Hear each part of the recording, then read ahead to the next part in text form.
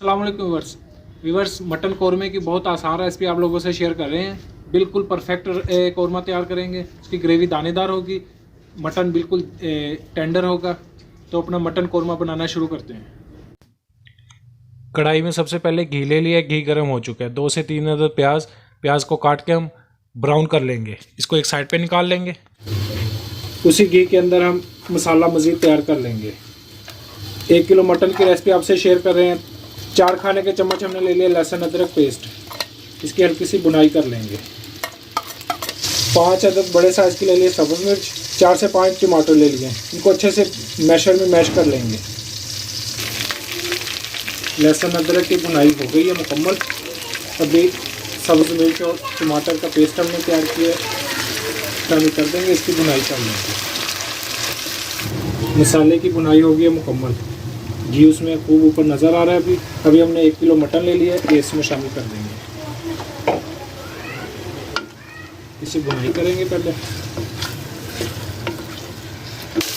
तकरीबन 1 से 2 मिनट बुनाई की है। अभी 1 प्याली हमने बड़े साइज़ की प्याली दही की ले ली है, दही इसमें शामिल कर देंगे। 1 खाने का चम्मच नमक, ये इसमें शामिल कर देंगे।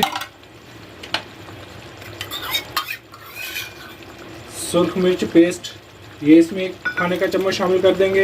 आप इसको पाउडर शक्ल में भी शामिल कर सकते हैं।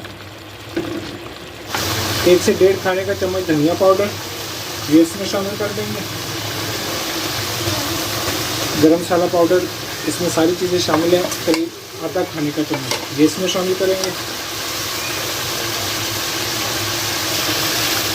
कुटी मिर्च 1 खाने का चम्मच। मज़ीद आप स्पाइसेस जो है वो अपने जायके के मुताबिक भी इस्तेमाल कर सकते हैं। इसकी बुनाई करेंगे करीब 5 से 6 मिनट मुसलसल। फ्राई प्याज को मैश करके ये इसमें शामिल कर देंगे। अभी इस तरीके से जब इंशाल्लाह कौरमे की आप ये रेसिपी बनाएंगे, बहुत मज़े का